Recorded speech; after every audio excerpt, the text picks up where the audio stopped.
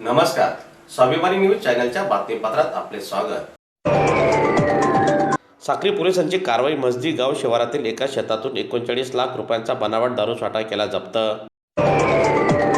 साक्री तालुक्यातील मजदी गाव शिवारातील गुंजाळ यांच्या मालकीच्या शेतात त्यांचाच मुलगा जयेश गुंजाळ यांनी अवैध दारू साठा लपविल्याची माहिती साक्री पोलिसांना मिळाली असता साक्री पोलीस ठाण्याचे एपीआय यांच्या सूचनेनुसार एपीआय अनिल बागुल, पीएसआय प्रसाद रौंदळ व पथकांनी छापा टाकला असता शेतात दारूसाठा मिळून आला।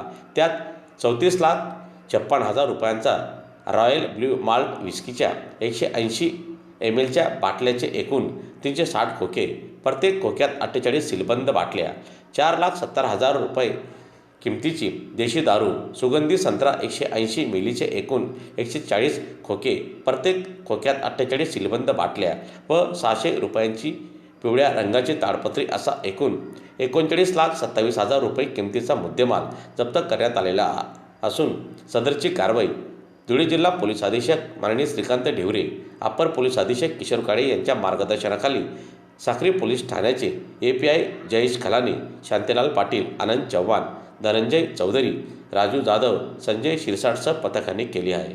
17 जानेवारी रोजी साक्री पोलीस जयेश खलानी आणि त्यांची टीम यांना माहिती मिळाली होती आणि ऑलरेडी आपल्या सगळ्यांना माहिती आहे की पाठीमागच्या पण काही दिवसांपूर्वी मस्ती गावामध्ये आरोपी नामे जयेश गुंजाळ याच्या ताब्यात त्या ठिकाणी जवळपास 37,20,000 रुपये मुद्देमालाची दारू त्या ठिकाणी जप्त करण्यात आली होती। त्याच्याच सखोल तपासाच्या अनुषंगानं जेव्हा सदर जो इसम आहे त्याचं जे शेत आहे त्या शेताची आम्ही जेव्हा धरती घेतली तर त्या धर्तीमध्ये देखील आजही एकूण जवळपास 39,27,000 रुपयाचा मुद्देमाल, ज्याच्यामध्ये 2 वेगवेगळ्या प्रकारच्या ब्रँडची देखील दारू त्या ठिकाणी आढळून आलेली आहे।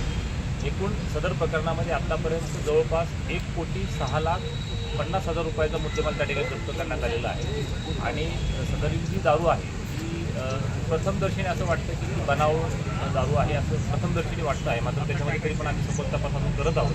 त्या अनुषंगाने कायदेशीर कारवाई पण केली जाईल, त्याच्यामध्ये संबंधित कलमवाढ पण केली जाईल आणि संबंधित आरोपीला अटक करून त्याच्यामध्ये त्यांनी ते दारू करून आणली होती आणि खरं त्याचा आणखी काय तो डिसिप्लिन कशा पद्धतीने करणार होता त्याचा तपास साक्री पोलीस करत आहेत।